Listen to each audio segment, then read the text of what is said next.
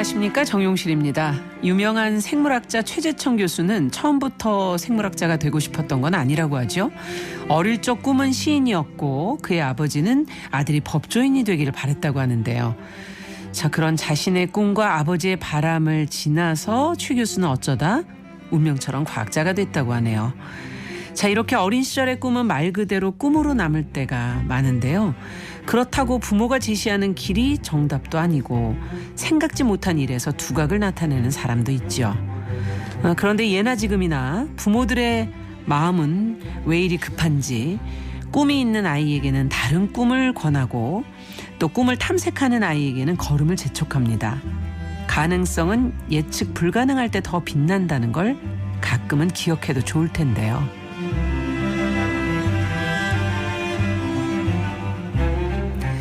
네, 사람의 마음을 들여다보고 길을 찾는 뉴스브런치 부설 심리연구소 뉴부심 2023년 2월 5일 일요일 문을 열어보겠습니다.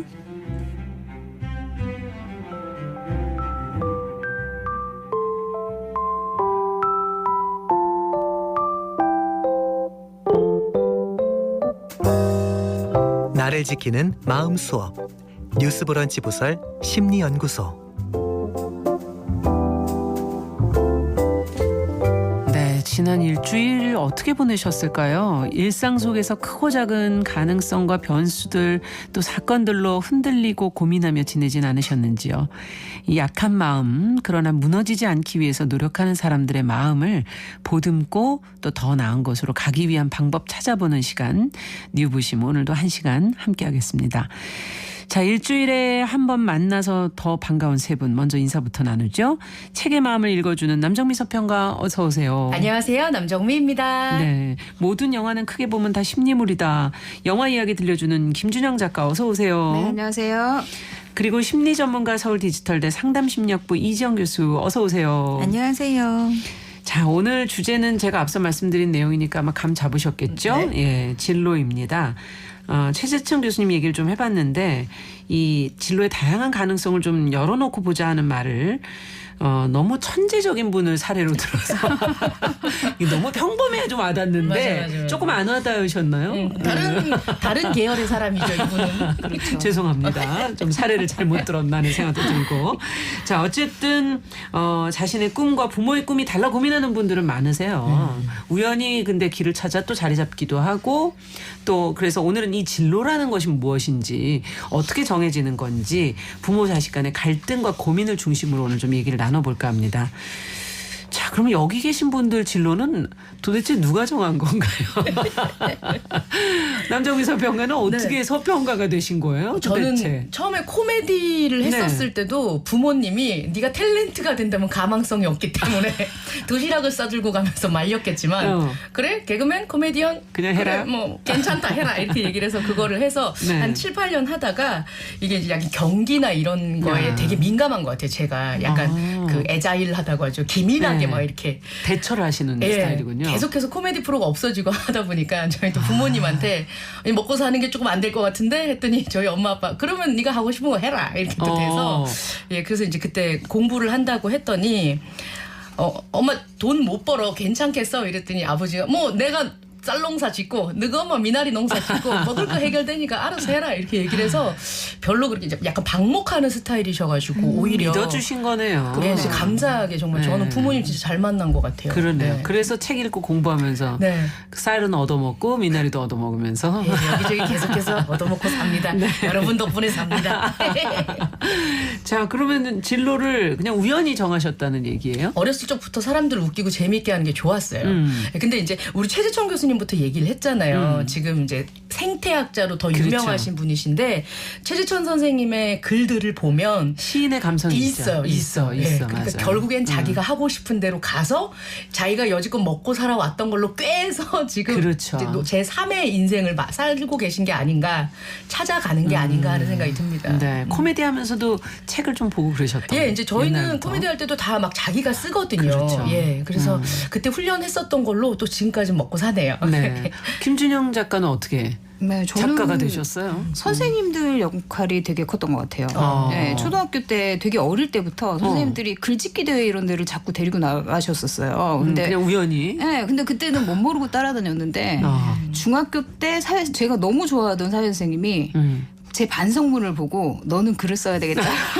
반성문을 보고 채택되기는 반성문 너무 잘 쓴 뭐에 거죠. 대한 반성문이죠? 너무 잘 기억도 잘 안 나요. 네. 너무 들었나 뭔가 또 뭘 장난을 했나. 심하게 네. 쳐가지고. 그래서 반성문을 한 석 장인가 썼는데 그걸 보고 선생님이 너는 글을 써라 이렇게 얘기를 하셨는데 그래서 막연히 생각했던 것 같아요. 글을 쓰는 게 나한테 맞나 이러고 대학 때는 또 교수님 소설론을 강연하시는 교수님이 너는 소설을 써라 이렇게 그러니까 늘 항상 선생님들이 계셨어요. 그렇군요. 그 왜 뉴욕 지사 된 분도 아주 공부를 진짜 못하고 했었는데 맞아요. 어렸을 적에 선생님이 칭찬할 게 없으니까 너는 걸음걸이가 아주 뉴욕 도지사처럼 걷는구나 맞아요. 이렇게 해서 정말로 도지사가 됐다고 하잖아요. 선생님이 네. 정말 중요하네요. 맞아요. 듣고 보니까. 그런 것 같아요. 그러면 이 교수님께서 어떻게 교수가 되셨습니까? 저는 어렸을 때 제가 어떤 길로 가야 할지 잘 몰랐어요. 그래서 솔직히 대학을 가서도 도대체 나의 어떤 달란트가 뭘까. 되게 늦게 발견이 네, 되신 계속 경우군요. 고민을 했어요. 뭐 해먹고 사는 게 나한테 맞는가. 그냥 고민을 하는데 몇 년 동안 고민한 결과 보니까 제가 좋아하는 게 딱 하나밖에 없더라고요. 뭐 사람. 사람. 그래서 저는 네. 그럼 문학을 해야 되겠다 이런 생각을 하고 있다가 우연히 이제 만난 책을 그러니까 심리 상담에 대한 책이었는데 그걸 보고서 가슴이 뛰기 시작하는 거예요. 제 가슴을 뛰게 한 유일한 거였어요. 처음인 거였던 거죠. 가슴이 뛰었다. 네. 그래서 뭐 상담 심리학 관련된 이렇게 책들을 보니까 너무 잘 맞는 것 같아요. 우리 정용실 아나운서는 어때요? 어렸을 적부터 그렇게 말씀을 잘하셨나요? 말은 어릴 때부터 잘했죠. 이렇게 아니 해서 잘했다기보다 많았죠. 엄마 말이 나는 많았고. 난 이제 이유식으로 넘어가도록 하겠어요. 이렇게 네, 그렇죠. 엄마한테. 그럼 모든 걸 다 얘기했죠. 아이 때부터 말이 많아서 쟤는 왜 이렇게 말이 많냐. 말도 빨리 시작하고 예, 많았고 결국 이 길로 와서 이렇게 계속 떠들고 있네요. 근데 이게 진로 지금 얘기를 들어보니까 이게 굉장히 인생에는 중요한 거잖아요, 교수님. 네. 근데 부모들이 사실은 여기에 많이 개입을. 저희는 부모님이 관여를 아예 안 하셨기 때문에. 내놓은 자식. 네. 그래서 이렇게 마음대로 왔는데 이게 갈등도 많이 생기고 요즘엔 하나 키우고 이러니까 더 관심 많지 않습니까? 그렇죠. 말씀하신 대로 우리 인생에서 어느 길로 가야 할지가 진로이고 그 좁은 의미로는 이제 직업을 말하는데 인생의 발달 과업 중에서 가장 중요한 것이 이러한 진로를 선택하고 준비하는 과정이죠. 근데 이 과정이 주로 청소년기와 청년기에 이루어지잖아요. 그렇죠. 근데 이 시기는 우리가 부모의 보호 아래에서 양육을 받는 과정이란 말이에요. 예. 그러다 보니 진로에 가장 많은 영향을 미치는 사람이 부모일 수밖에 없는 거죠. 연구 결과에 따르면 부모의 영향은 무려 40%에 육박한다고 해요. 야. 그러니까 어마어마한 거죠. 그러네요. 근데 이 점은 하나 짚고 생각할 게 이제 오늘 부모와 자녀 간의 그런 갈등이 이제 중심이 되다 보니까 놓칠 수 있는 부분이 가장 좋은 진로의 결정은 자신의 흥미와 적성을 고려를 해서 맞는 직업 일을 찾는 거거든요. 네. 그래서 그 직업 일을 통해서 자신의 능력, 소질을 발휘하면서 자아 실현을 해가는 것. 그랬을 때 우리가 만족을 느끼면서 행복한 삶을 살 수가 있어요. 네. 근데 이런 진로 결정에 부모가 과하게 개입을 하는 이유를 한번 들여다보면 네. 기본적으로 부모는요. 자녀를 자신의 연속이라고 생각하는 경향이 있어요. 왜냐하면 뭐 유전자가 전달되니까. 비슷하게 생겼고.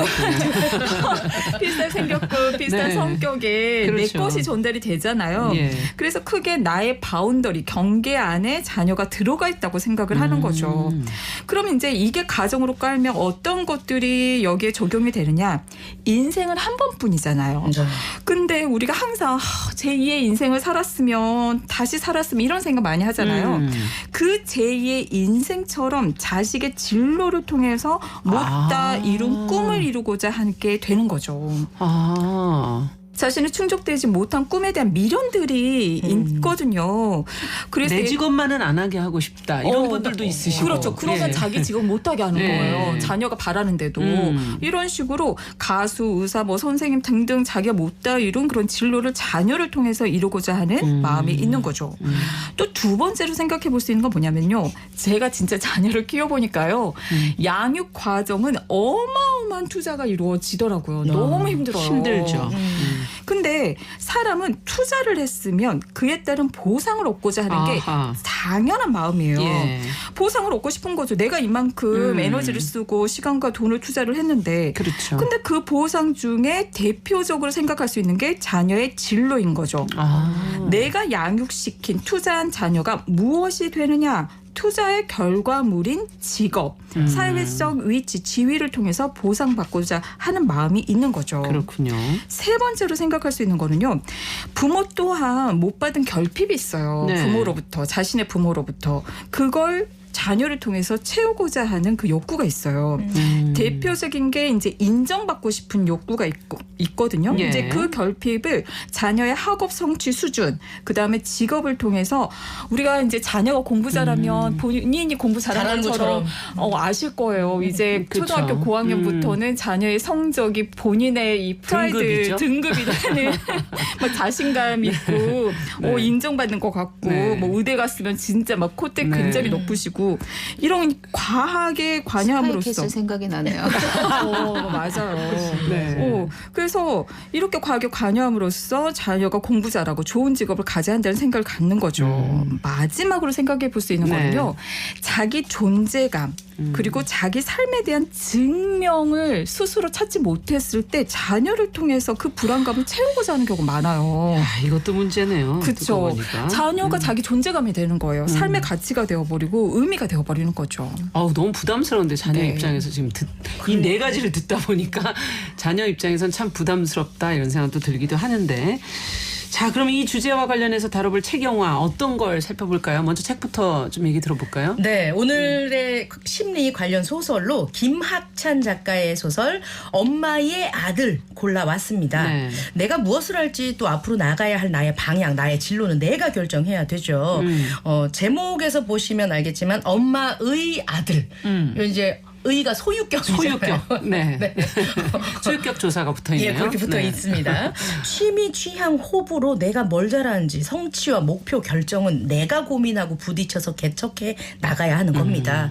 오늘 소설 속 아들은 처음부터 끝까지 진로가 정해져 있습니다. 예, 오로지 자기 아들의 앞날만 생각하고 계획하는 엄마가 등장하는 소설입니다. 네. 자, 그럼 영화는 어떤 걸 볼까요? 네, 영화는 2008년 6월 개봉한 애니메이션 영화, 굉장히 유명한 영화죠. 쿵푸 팬더 가지고 왔습니다. 2024년에 시즌 4가 나온다고 합니다. 네. 그런데 이렇게 그 시즌 4까지 이어질 수 있는 비결은 어쨌든 1편이 굉장한 성공을 했기 때문이겠죠. 그렇죠. 예, 1편을 보면 자이언트 판다 4가 아버지의 가업을 잇는 대신에 자신의 진로를 찾고 힘겹게 쿵푸를 배우면서 적들을 만나 싸우는 과정을 담고 있거든요. 네. 뭐 이야기로 보면 굉장히 뭐 유치한 애니메이션인가 이럴지 모르겠지만 내용에 굉장히 심오한 철학이 담겨 있습니다. 맞아요. 네. 네. 유명 배우들이 더빙을 해서 굉장히 유명하기도 성룡. 했고요. 뭐 더스틴 호프만. 맞습니다. 네. 안젤리나 졸리. 네. 네. 자, 그럼 오늘 먼저 책부터 좀 볼까요? 엄마의 아들. 네. 어떤 얘기입니까? 소설은 한 강연장에서 시작됩니다. 오늘의 초대 손님은 너무나도 완벽하게 아들을 케어해서 명문대 의대를 보냈고 그 과정으로 책을 낸 더군다나 그 책이 베스트셀러가 되면서 강연까지 하러 다니게 된 한 어머님이십니다. 가끔 이런 분들이 있으시죠? 있으신데. 예. 오늘 소설의 주인공이죠. 이 어머니가 아들을 명문대 의대까지 보낸 그 비결을 주부의 입장에 맞춰서 김치 담그기에 비유하면서 이야. 자식의 진로를 걱정하는 부모들을 위한 강연을 하고 있는 장소인데요. 네. 강연으로 한번 들어가 보도록 하겠습니다. 안녕하세요. 자, 김치는 매 끼마다 우리 식탁에 오르고 우리는 모두 김치를 먹습니다. 하지만 지역마다 집집마다 그 맛이 다 다르지요? 김치야말로 그 집의 개성을 드러내는 한국 음식이 아닌가 생각합니다. 자녀 교육도요. 이 김치와 같습니다. 부모님들 자녀 교육에 대한 관심 많으시지만 방식은 각자 다르잖아요. 그래서 오늘은 이야기 반찬으로 김치를 선택해 봤어요. 자, 그럼 명문대 의대를 보내는 비결 강좌 시작해 볼까요? 왠지 굉장히 부담스럽네. 저 콧대가 아, 이거 63빌딩만큼 올라가 있어요. 네. 네. 뭐니 해도 질 좋은 재료가 가장 중요합니다. 다른 부모님들 비슷하시겠지만은 저는 특별히 유기농, 무공해 이런 거 따집니다. 농약 비료 안 쳤다고 유기농, 무공해 아닌 거 아시죠? 요즘은 시골도 먼지나 매연 이런 거 얼마나 많은데요. 그리고 아파트 텃밭에서 직접 길렀다고 그게 어디 무공해입니까? 주차장 매연 생각하면 그런 말 절대 못하죠. 무공해 채소는요, 비닐하우스에서 나온 게 좋습니다. 비닐은 외부의 더러운 공기 차단해주죠. 햇볕은 통과시켜주죠. 태양 에너지는 고스란히 받으면서도 외부의 공기는 최대한 막아주니까 매연 따위가 들어가는 틈이 없어요. 좋은 환경은 자녀의 건강과 집중력으로 이어진다, 이 말씀입니다. 에? 비닐하우스, 저기세요, 비닐하우스. 비닐하우스를 엄청 강조하시네. 예. 이 어머니. 엄마의 강연 포인트가 엄마가 그 비닐하우스 역할을 해줘야 한다. 헬리콥터맘, 뭐 타이거맘인데 비닐하우스맘. 네, 그렇습니다. 네. 예, 그런 역할을 해줘야 된다고 강조를 하고 있습니다. 외부의 더러운 공기를 미리미리 차단시켜주고, 그러니까 이제 친구를 가려가면서 만날 수 있게 해주고, 먼저 이제 차단을 하는 거죠. 네. 필요할 때 햇볕을 쬐게 해주고, 가끔씩 환기도 시켜주고, 그렇게 정해진 스케줄대로 짜여진 대로 하게 되면 아이들의 진로는 걱정이 없다, 이렇게 얘기를 하고 있는 겁니다. 진짜 그래서 비닐하우스 맘으로 이렇게 차단하면서 키웠나요? 그러니까 이제 잘난 척 엄청 하시면서 지금 네. 말씀을 하고 있네요. 강연을 계속 들어보죠. 네. 어렸을 적에는 확 잡는 게 중요합니다. 애들이 머리가 조금만 커졌다 싶으면 부모 말 안 듣거든요. 우리 애가 어렸을 적에 친구 집에 가서 6시까지 놀다 온다 그랬는데 얘가 9시 돼서도 안 오는 거예요. 그래서 그 집에 전화를 걸었어요. 야, 너 왜 안 오니? 그랬더니 얘가 그 집 엄마도 듣고 있는데 엄마가 자고 와도 된다고 그랬잖아. 친구랑 게임할 거야. 아니 이렇게 태연하게 거짓말을 하더라고요, 이게. 그래서 제가 생각했어요. 네. 이 반항기의 싹을 그냥 이때부터 죄다 뽑아버려야겠다. 다음 날 네. 애가 왔는데 나 얘한테 한마디도 안 했어요. 찾아도 대답 안 하고 과자 달라고, 텔레비전 컴퓨터 틀어달라고 했는데 손도 못 대게 하고 때를 쓰건 울건 그냥 내버려뒀어요. 그렇게 그냥 투명인간 취급했더니 나중에 울면서 잘못했다고 빌더라고요. 냉정해 보이지만 저 혼자 아들 하나 바라보고 키우면서 사는데 그때 마음이 얼마나 아팠겠어요. 하지만 저는 그래도 했습니다. 네. 그리고 저요, 무서워. 단 한 번도 우리 애한테 공부하란 얘기 안 했어요. 책 읽으라고 잔소리도 안 했고요. 근데 대신 독후감 써오면 용돈을 줬습니다. 얻고 싶으면 해라. 공부가 돈이 될 수 있다. 저희 아들요, 3년 내내 전교 1등만 했습니다. 이야, 목에 너무 힘이 들어가 있다. 이거 실화 아니잖아요. 실화 같아요. 아니 불가능한 얘기예요 이게.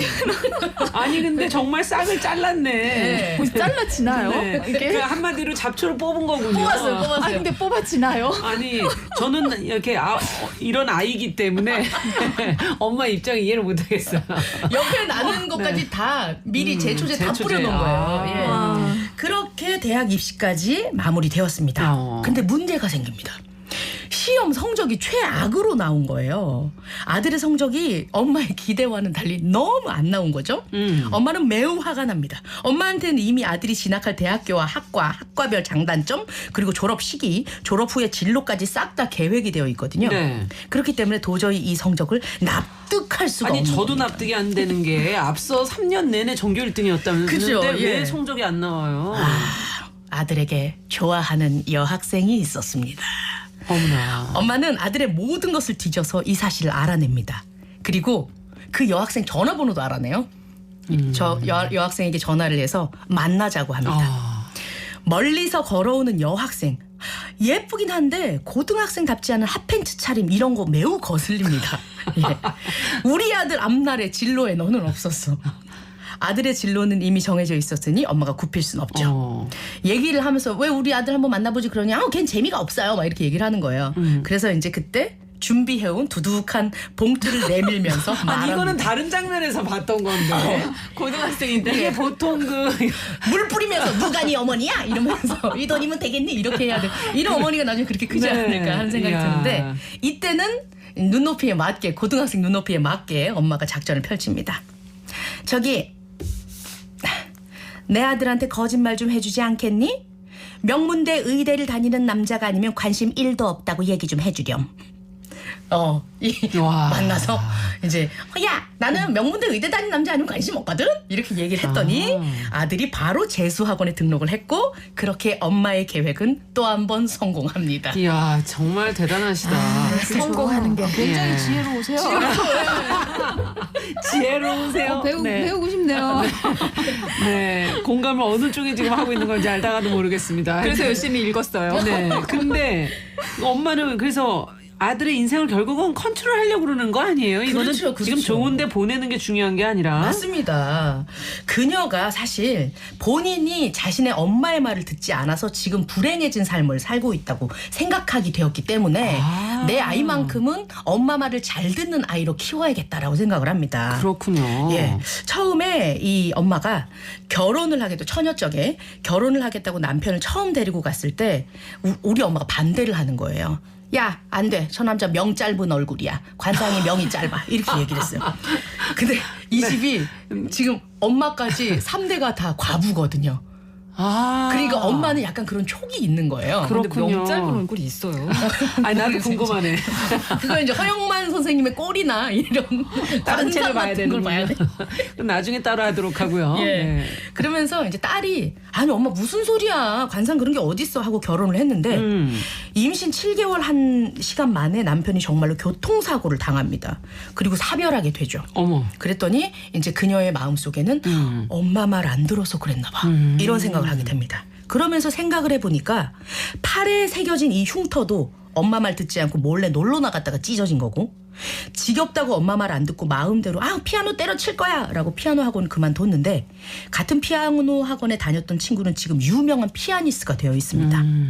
대학 입시 때도 엄마 말대로 교육대학에 원서를 냈다면 참 이렇게 선생님 되고 취직이 어렵지 않았을 텐데 엄마 말을 듣지 않아서 남들보다 반발짝 뒤처지고 또 시간이 지날수록 두세 배 노력 끝에야 따라잡거나 아예 두세 배 노력을 해도 절대로 못 잡게 되는 그런 모든 불행들이 엄마 말을 듣지 않아서였다고 결론을 내리게 된 겁니다.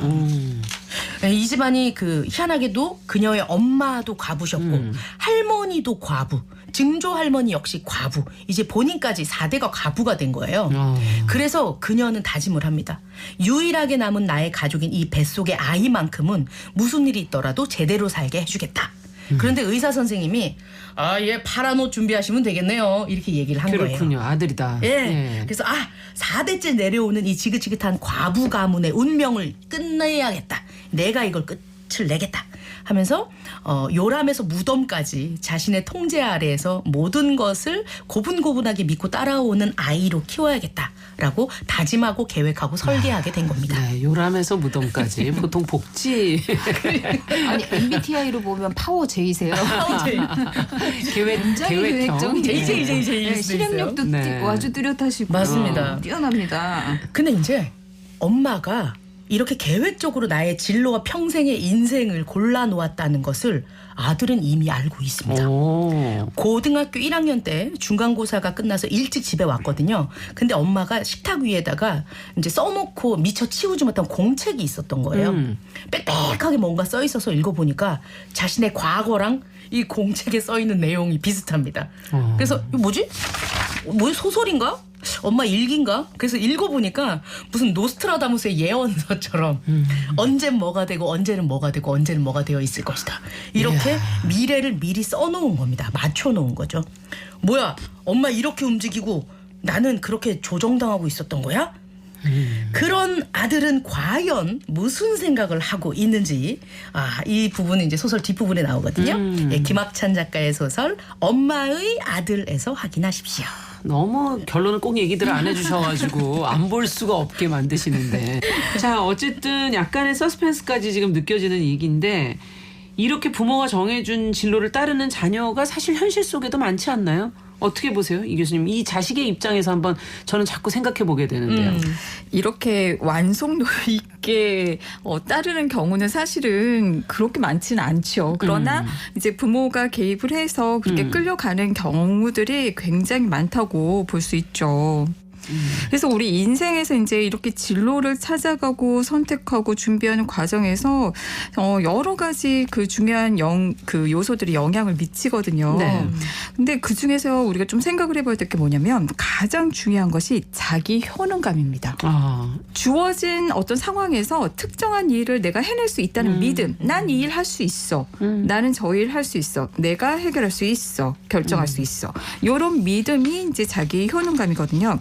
근데 이 효능감이 어떤 진로에 대한 의사를 결정하는 과정 그리고 직업적인 그 바닥에 들어갔을 때에도 성취하는데 가장 큰 영향을 미치는 요소라고 밝혀져 있어요. 근데 우리가 생각해 볼 게 뭐냐면 부모가 지나치게 개입을 하면서 부모가 정해준 선택을 하고 진로를 따르는 그런 자녀들을 보면은요. 제가 이렇게 상담을 하는 과정에서도 만나보면 너무 안타까운 게 부모가 지나치게 개입했을 때 어떻게 스스로 생각하게 되냐면 내가 잘해서 어떤 결과를 얻은 게 아니다라고 생각해요. 너무 안타까워요. 그러네요. 제가 볼 때는 능력 있고 자원 있고 똑똑하고 얼마든지 가능성이 있는데 오랫동안 부모의 과한 개입을 받으면서 진로까지 그렇게 결정이 되는 그런 자녀들은 너무 안타깝게도 내가 잘한 게 아니다. 그거는 부모가 그 선택을 한 거고 부모의 능력이다. 내가 하는 선택은 잘못될 거다. 그리고 별로일까 봐 불안하다. 이렇게 얘기를 해요. 그리고 성과나 성취가 진짜 잘했어요. 그럼에도 불구하고 어떤 방식으로도 내 것이 아니고 부모 것이더라고 돌려버리더라고요. 한마디로 자기 효능감이 낮은 떨어진다. 거죠. 네. 나는 해낼 수 있는 능력이 없다고 지각을 하면서 열등감도 심하고요. 자신감이 굉장히 떨어집니다. 진짜 안타까워요. 네. 그리고 또 두 번째로 생각을 해볼 건 직업만 있는 것이 아니고 사실은 직업의 어떤 일의 세계에 들어가서 여러 가지 사회적 상황 그리고 남은 인생에서 수많은 도전과 의사결정들이 계속이 되는데 이렇게 성장한 자녀들의 상당수가 의존적입니다. 부모한테. 네. 부모가 아니면 누구에게든 내 스스로 판단하고 결정하지 못하겠어. 도와줘. 대신 결정해줘. 나 무서워. 평생 이러면 안 되잖아요. 그니까요. 근데 이게 계속 되는 거죠. 그러다 보니 무책임할 수 있는 그런 경향이 나타나고 어떤 일에 마주하기보다는 회피적인 성향이 높습니다. 또 그렇게 선택된 직업에 대해서요. 만족도가 낮아요. 만족도가 낮죠. 네. 그리고 관여한다. 우리 인발부한다고 하잖아요. 네. 관여도가 낮아요. 이건 내 일이 아니야. 돈 벌고 어쩔 수 없이 하는 것이야. 이렇게 생각을 하는 거죠. 그럼 무슨 일이 일어나냐. 결과가 좋아도 그러니까 일에서 좋은 성취를 거두어도 내 것이 아니니까 만족스럽지 않은 거예요. 그렇겠네요. 그리고 결과가 안 좋은 경우에는 또 잘 맞지 않아서 힘들어하는 친구들이 또 많거든요. 맞지 않은 곳에 있다 보니까 너무 힘들어요. 그러다 보니까 그 고통스러움의 원인이 부모 때문이다라고 이제 돌리기 시작을 하는 거죠. 부모에 대한 분노가 극심해지면서 사이가 안 좋아지겠네요. 그럼요. 나중에. 갈등이 심해지고 불행감. 근데 갈등이 생기고 그게 또 뭘 의미하냐면 부모로부터 벗어나지 못하는 게 되는 거죠. 사실 이게 떨어지는 게 필요한데 또 이게 악순환의 고리다. 마치 늪에 빠져버리는 것처럼 계속 부모랑 싸움으로 벗어나지 못하게 됩니다. 그래서 이런 이제 친구들에게 적성과 흥미를 생각해서 늦더라도 뒤늦게라도 자신에게 맞는 직업을 찾아가야 하는데요. 진로 결정과 발달에 중요한 영향을 미치는 두 가지 요인이 낮아버립니다. 그게 뭐냐면 진로 의사결정 효능감이라고 해서 내가 진로에 대한 어떤 의사결정을 스스로 할 수 있다는 믿음이 낮은 거죠. 난 못해. 늦더라도 찾아가야 되는데. 그렇죠.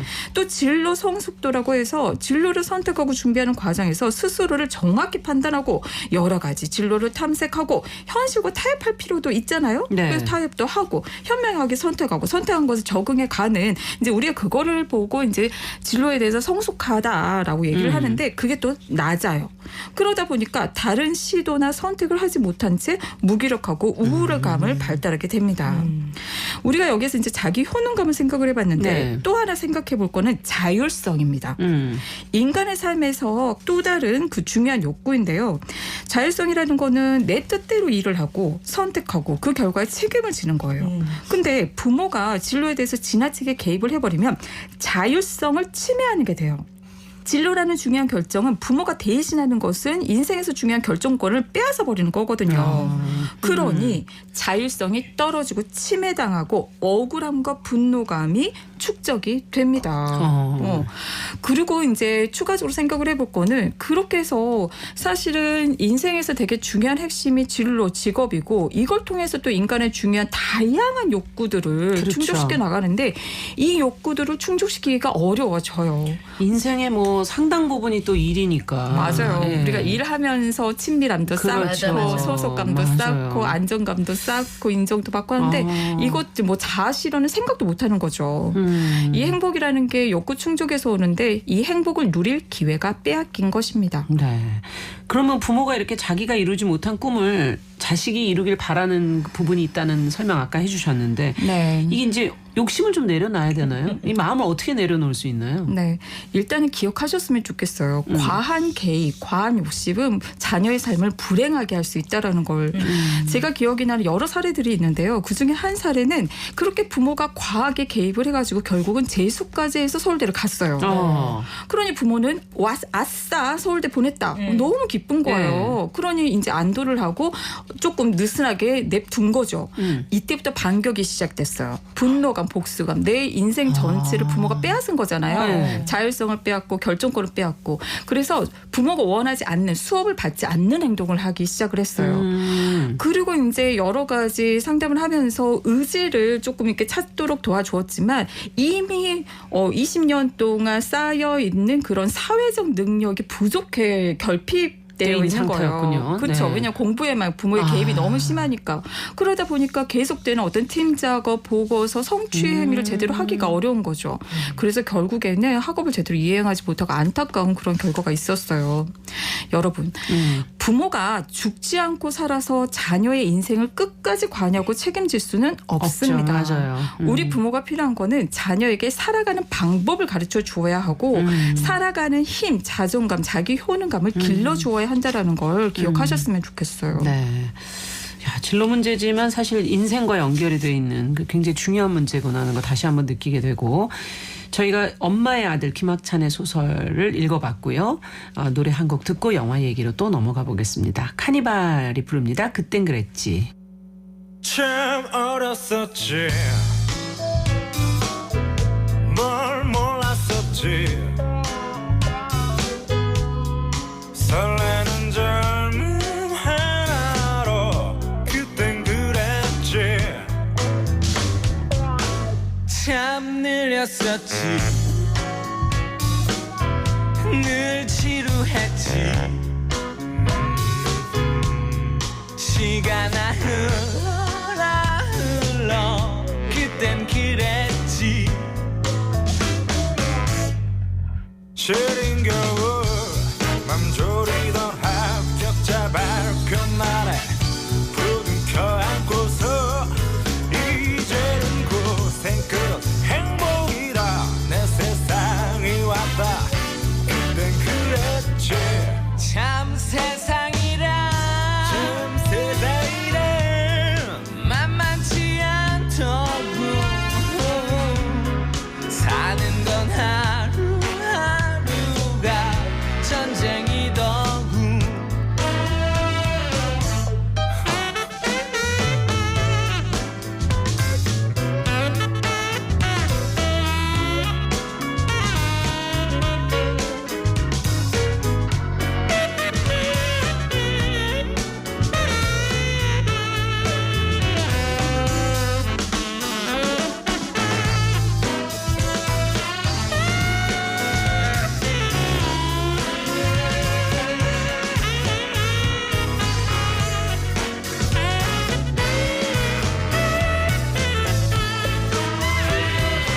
철없이 뜨거웠던 첫사랑에 쓰렸던 기억들도 이젠 안주거리 땀에는 세상이 무너진다 모두 끝난 거다 그땐 그랬지 참 옛말이라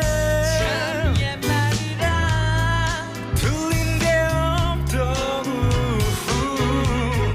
시간이 지나가면 다 잊혀지더군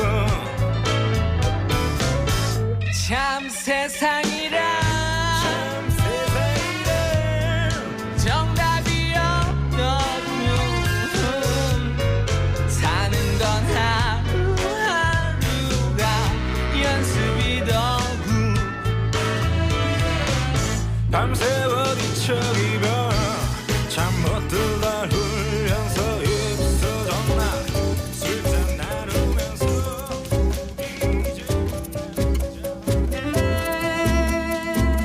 여러분은 지금 뉴스브런치 부설 심리연구소를 듣고 계십니다.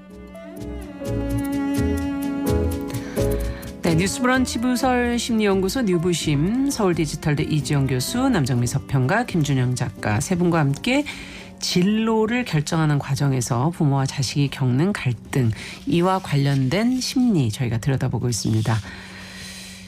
엄마의 아들 들으면서 참 마음이 착잡했어요. 아들 입장에서. 자, 이번에 영화 얘기로 가보겠습니다. 쿵푸 팬더. 네. 과연 어떤 내용일까요? 조금 시원하실 거예요. 포는 아주 의지가 강합니다. 네. 네, 주인공은 평화의 계곡 국수집 사장 핑의 아들인 판다 포입니다. 네. 포는 꿈에서도 쿵푸를 동경하는 판다예요. 어느 날 이제 위대한 쿵푸 마스터가 돼서 무적 5인방과 어깨를 나란히 하고 악당이랑 싸우는 꿈을 꾸게 돼요. 그런데 그는 이렇게 막 꿈에서도 쿵푸를 할 만큼 굉장히 사랑하지만 현실은 뚱뚱하고 둔한 몸에 식욕은 굉장하고 이런 평범한 판다입니다. 아버지는 그렇군요. 포가 그냥 집안의 가업인 국수집을 이어받아서 살기를 원해요. 그래서 틈만 나면 국수의 비법을 배워라 이렇게 성화를 댑니다. 그리고 한편 이제 이 동네에 굉장한 쿵푸 성지인 제이드 궁전이라는 데가 있어요. 있어요. 네, 거기에 마스터 우구웨이는 오래전에 이제 가둬뒀던 악당 타이렁이 용문서를 빼앗으러 돌아올 거라는 예언을 하게 되면서 이제 우리가 용의 전사를 뽑을 때가 됐다라고 시프에게 말을 합니다. 그래서 사실 용의 전사만이 이 용문서의 비법을 볼 수 있고 또 악당을 물리칠 수가 있거든요. 그래서 이제 대대적으로 용의 전사를 뽑는 행사를 열게 됩니다. 그러니까 쿵푸를 좋아하는 포도 당연히 여기 가고 싶은데 그랬겠네요. 아버지가 국수를 가서 팔아라. 사람들이 많이 모이니까. 부모는 무슨 쿵푸냐. 그렇죠. 그래서 국수나 팔아라. 네, 국수 재료를 챙기느라고 정해진 시간에 못 가고 궁전을 가긴 가는데 문이 이미 닫혀버린 거예요. 그래서 이런저런 이제 방법을 동원해서 담을 넘으려고 애를 씁니다. 궁전 안에서는 무적 5인방인 타이그리스, 몽키, 크레인, 바이퍼, 멘티스가 자신들이 이제 용의 전사로 뽑히기를 기다리고 있어요. 그리고 드디어 이제 우구웨이가 계시를 받아서 용의 전사를 지목하려고 하는 찰나 그 앞에 담 넘으려고 애를 쓰던 포가 폭죽을 타고 우구웨이 앞에 딱 떨어지게 됩니다. 어머 이거 웬일이야. 그러니까요. 네. 우구웨이는 포에게서 용의 전사의 기운을 느껴요. 그리고 그 자리에서 팬더 포를 아무 쿵푸 하지도 못하는 팬더 포를 용의 전사로 지목을 합니다. 이분도 참 엉뚱하시네. 기운이 느껴진다. 네. 그리고 무적 5인방과 시프는 당연히 이 사실을 믿기지 않겠죠. 너무 그렇죠. 뚱뚱하고 쿵푸도 못하니까. 근데 우구웨이가 얘기합니다. 우연은 없다. 철회할 생각이 없다. 포를 인정해라. 그런데 시프는 인정하기 힘드니까 포가 스스로 훈련을 포기하고 떠나기를 바라면서 아주 힘들게 훈련을 시켜요. 그러니까 포는 쿵푸를 너무 사랑하는데 사람들은 다 넌 안 될 거다 이렇게 얘기하고 용의 전사 테스트에서 또 쿵푸를 해본 적이 없으니까 당연히 제대로 하는 게 그렇겠죠. 하나도 없이 만신청이가 됩니다. 그러면서 그 무적 5인방 가운데 대장격인 타이그리스가 포에게 넌 안 되니까 당장 떠나 이렇게 엄포까지 놓게 됩니다. 그러면은 포는 어떻게 되나요? 자기의 꿈을 찾아가나요? 네, 들어보세요. 네. 아주 용감합니다, 포는. 상심한 포가 혼자만의 시간을 위해서 복사꽃 나무 아래서 열심히 또 복숭아를 먹어요. 먹을 건 먹어야 되니까. 그러다가 우리랑 비슷하네. 그렇죠. 단순합니다. 우구웨이를 마주쳐요. 그래서 착잡한 심정을 고백합니다. 그러니까 포에게 우구웨이가 얘기해요. 너는 네가 무엇이었는지 무엇이 될지에 너무 사로잡혀 있단다. 이런 말이 있지. 과거 속으로 사라진 어제는 역사고 내일은 신비한 미스터리지만 오늘은 프리젠트 선물이란다. 이렇게. 이야, 이 말 멋지네요. 그렇죠. 멋진 말이 굉장히 많이 나옵니다. 현재는 사실 과거의 자신이 굉장히 바랬던 미래인 거죠. 따지고 보면. 그래서 현재는 선물처럼 주어진 건데 포는 그걸 인식 못했던 거예요. 사실 포가 원했던 게 뭐였어요? 쿨풀을 하는 거였거든요. 네. 그러니까 이 말을 듣고 정신이 번쩍 든 포가 마음의 짐을 덜어버리고 다음 날부터 누구보다 열심히 근성 있게 열성적으로 훈련을 합니다. 그리고 실력은 없어도 아무리 맞아도 끄떡없는 맷집. 이거 중요하지. 그렇죠. 그리고 포기할 줄 모르는 근성 이런 포를 보고 무적 5인방도 하나둘 마음을 열기 시작해요. 그렇군요. 그런데 그 사이 시프가 타이렁이 탈출했다는 소식을 듣게 됩니다. 아까 문제가 됐던. 그렇죠. 근데 악당. 네, 포는 너무 힘이 없고 무적 5인방도 될지 안 될지 모르고 그러니까 막 너무 급하니까 우구에게 달려가서 포는 가능성이 없어 보이는데 도와주세요 이렇게 얘기를 하니까 우구에이가 포를 끝까지 믿어줘라 이 한마디만을 남기고 신선이 돼서 사라져버려요. 아이고야. 그러니까 이제 당장 닥친 문제를 해결하려고 무적 5인방이 일단 마을에 들어오기 전에 타이렁을 막기 위해서 먼저 출발을 하고 네. 그 사이에 이제 시프는 저게 될까 이러면서 포를 관찰하거든요. 그러다가 가능성을 발견합니다. 포가 음식을 향한 굉장한 집착이 있거든요. 근데 무의식적으로 음식을 찾으러 완벽한 쿵푸 자세로 벽을 타고 오르면서 음식을 딱 개타는 것을 보게 된 거예요. 저걸 이용하면 되겠다. 이래서 포 맞춤형 훈련을 시작하게 됩니다. 음식을 가지고. 그렇죠. 넘치는 그 식탐 이거를 이용해서 그 집중력과 날렵함 이런 것들을 살려보는 거죠. 근데 진짜로 음식을 이용하니까 예전에 없던 초인적인 쿡푸 실력을 드러내게 됩니다. 야, 드디어 이제 물 만났네요. 그렇죠. 네. 그렇게 드디어 시프와의 마지막 대련을 끝으로 하산의 경지에 도달하게 됩니다. 오. 예. 근데 사실 영화 속을 보면은 각기 다른 길을 걷는 두 사람이 나와요. 그러니까 두 동물이 나오죠. 포와 타이렁인데 포는 이렇게 이제 현재를 충실히 살면서 주체적으로 자신이 원하는 쿵푸의 길을 찾아내고 걸어가지만 타이렁이는 악당이 된 타이렁은 사실 버려진 자신을 이제 부모처럼 굉장히 사랑하고 돌봐준 스승, 아버지 같은 스승 시프가 원하는 길을 걸어온 거예요. 그러다가 예언의 용의 전사가 너는 아니다. 이렇게 얘기하니까 갑자기 모두에게 분노하면서 악당이 된 거거든요. 예. 영화 속 타이렁은 얘기합니다. 내 머릿속에 꿈을 심은 게 누구냐? 내가 뼈가 으스러질 때까지 훈련을 시킨 게 누구냐? 내 운명을 거스리게 한 게 누구였느냐 이러면서 시프에게 나는 모든 것을 당신을 자랑스럽게 하기 위해서 해왔다. 내가 얼마나 자랑스러운지 얘기해라. 이렇게 하면서 시프에게 계속 말하라고 종용을 합니다. 야, 그럼 어떻게 될까요, 이 둘은? 예, 타이렁과 포. 그렇죠. 사실 무적 5인방이 타이렁을 상대로 합동 공격을 합니다. 마을에 못 들어오게. 그런데 타이렁은 굉장히 뛰어난 쿵푸 실력자거든요. 어릴 때부터 훈련을 했으니까. 그러니까 필살기 앞에서 무릎을 꿇고 남은 희망은 시프와 포밖에 없어요. 네. 그런데 포는 사실 무적 5인방이 타이렁한테 당했다는 얘기를 들으니까 내가 어떻게 타이렁을 이기냐 이런 생각이 들면서 네. 기가 죽습니다. 그리고 시프가 너 용의 문서가 있다. 너는 볼 수 있다 이러면서 용의 문서를 주거든요. 근데 막상 딱 열어보니까 아무것도 없는 백지인 거예요. 그러니까 포는 안 된다 이러면서 막 자괴감을 느끼면서 집으로 돌아갑니다. 그리고 마을 사람들이 이제 타이렁이 온다는 소식을 듣고 피난을 가거든요. 아버지가 피난 가는 것을 도와주다가 아버지에게 육수의 비밀을 듣게 돼요. 아버지가 얘기합니다. 사실 육수의 비법은 말이지 아무것도 없어. 비법 같은 건 없단다. 황당해하는 포한테 아버지가 또 무언가를 특별하게 만들려면 그저 그걸 특별하다고 믿으면 되는 거야. 이렇게 얘기를 합니다. 그러니까 그 말을 들으니까 포가 용문서 다시 한번 볼까? 이런 생각이 들어서 다시 한번 펼쳐봐요. 자세히 보니까 백지가 아니라 이 종이는 자신의 얼굴이 거울처럼 비춰지는 종이였던 거예요. 그러니까 용문서를 펼친 그 안에 자기 자신이 있는 겁니다. 네. 거기서 포는 깨달음을 얻게 돼요. 진짜 비법은 따로 있는 게 아니라 내가 내 자신이 전설 속의 용의 전사 아주 특별한 존재로 믿으면 되는 거였구나. 그래서 서둘러 사당으로 돌아가서 타이렁과 마지막 결전을 치르게 됩니다. 사실 이 영화는 애니메이션이지만 굉장히 철학적으로 되새길 만한 의미들이 많아요. 네. 첫 번째 우연은 없다라는 말이 굉장히 자주 나오는데 포가 용의 전사로 지목된 것은 사실 포의 마음속에 쿵푸를 하고 싶은 욕망과 그 열망과 의지가 있었기 그렇죠. 때문에 사실 용의 전사로 지목이 되는 결과를 만든 거거든요. 그리고 두 번째는 좋고 나쁜 것이란 없다라는 그런 의미가 있습니다. 사실 좋고 나쁘다는 거는 사람들의 인식과 편견에 의한 것이지 네. 진짜로 좋고 나쁜 건 없잖아요. 모든 게 맞아요. 동전양면과 같이 맞아요. 같은 거니까. 그리고 마지막에는 자신에 대한 믿음보다 더 중요한 건 없다. 맞네요. 용해문서에 있는 게 사실 결국 포의 얼굴이에요. 그렇죠. 자신이 특별하다고 믿으면 특별해지는 거다. 이런 특별한 의미들을 담고 있는 영화입니다. 네.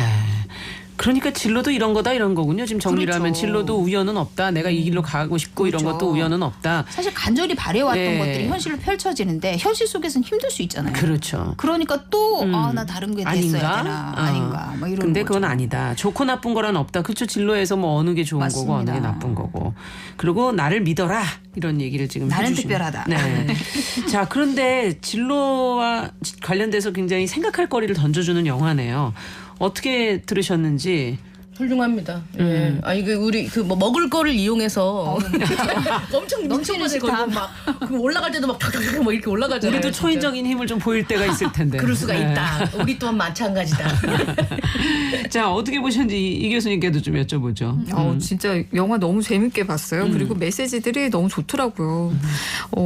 근데 이제 우리가 마지막으로 생각을 해봐야 될 거는 부모가 이렇게 개입을 할 때 가장 갈등을 유발하는 게 뭐냐면 자녀의 적성과 능력을 고려하지 않은 상태로 부모가 무리하게 기대를 할 때 갈등이 나타나는 거거든요.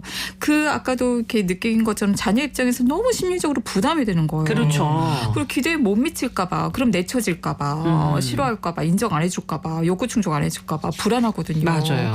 그러니까 너무 힘들어지면서 막 부대껴요. 그러다 보니까 적응상의 문제가 생기면서 뭐 반항, 일탈, 뭐 가출 등등 여러 가지 문제들이 발생할 수 있습니다.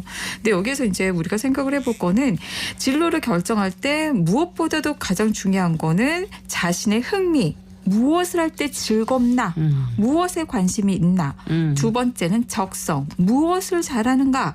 이 두 가지를 고려를 하는 건데 부모와 자녀 간의 그런 갈등에서 일단 해법은 선, 해소, 후, 대화입니다.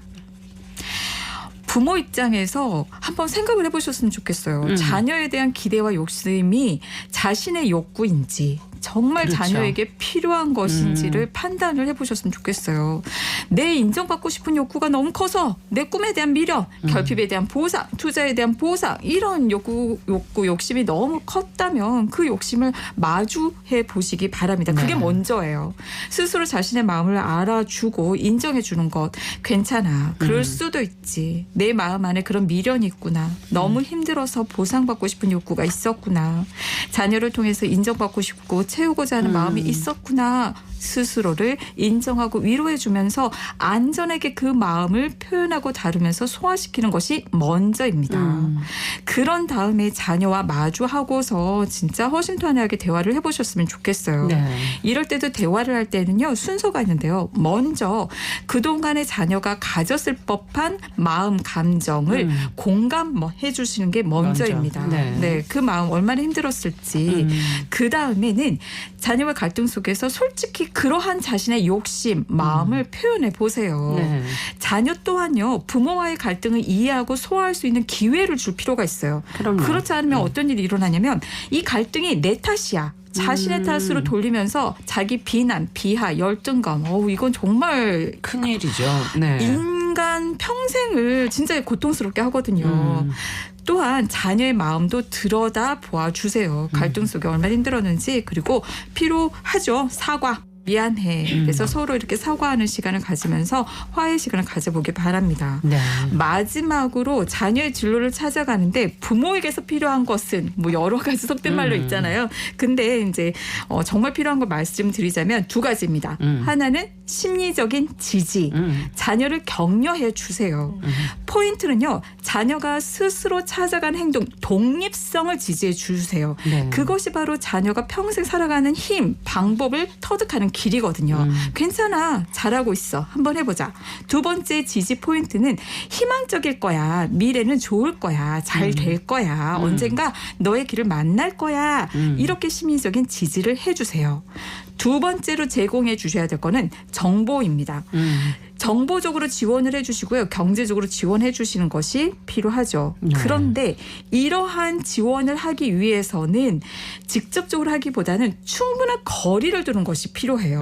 어느 정도 거리를 두면서 스스로 의사결정을 하면서 찾아갈 수 있고 해결할 수 있는 그런 자신감을 주는 게 필요한 거죠. 네. 그리고 정말 마지막으로는 이런 과정을 힘들게 하는 거는 부모의 불안이거든요. 아마 이 방송 들으시면서도 이걸 어떻게 해 불안한데 잘못될까 불안하고 더 나은 선택이 있었을까 봐 후회할까 봐 불안한데 근데 어떻게 뭐 인생이라는 게 더 나은 선택만 골라가나요? 맥을 빼서 죄송합니다. 근데 네. 불안의 반대는 사실 믿는 거거든요. 그럼요. 네, 믿어주는 것. 그 자녀를 믿고 상황을 믿고 내 선택을 믿고 그렇게 해서 불안을 견디면서 믿음을 가져보는 것을 여러분들이 한번 노력해 가셨으면 그러네. 합니다. 거리를 둔다는 게 결국은 그가 스스로 찾으면서 그 몫을 가져가게끔 그렇죠. 자신감의 몫을 가져가게끔 좀 그렇죠. 기다려주는 거. 맞아요. 이게 참 기회.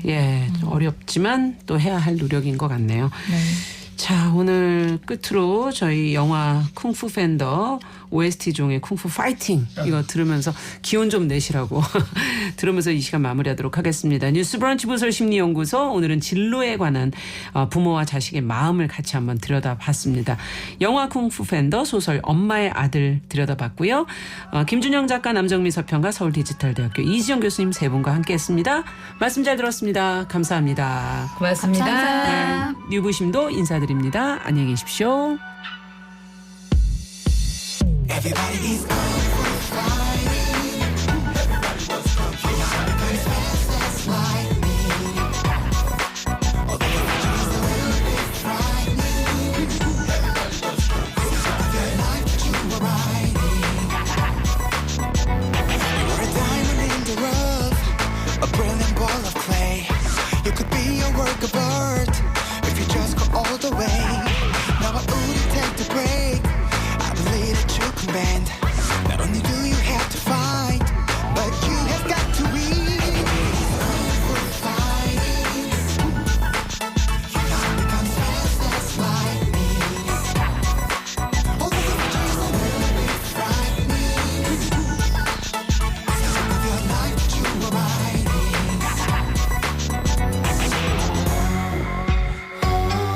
Everybody was kung fu fighting. Everybody was. You are natural. Why is that so hard to see? Maybe it's just because you just keep on looking at me. The journey's a long one, so much more than you know. Oh, but sometimes you got to go on and be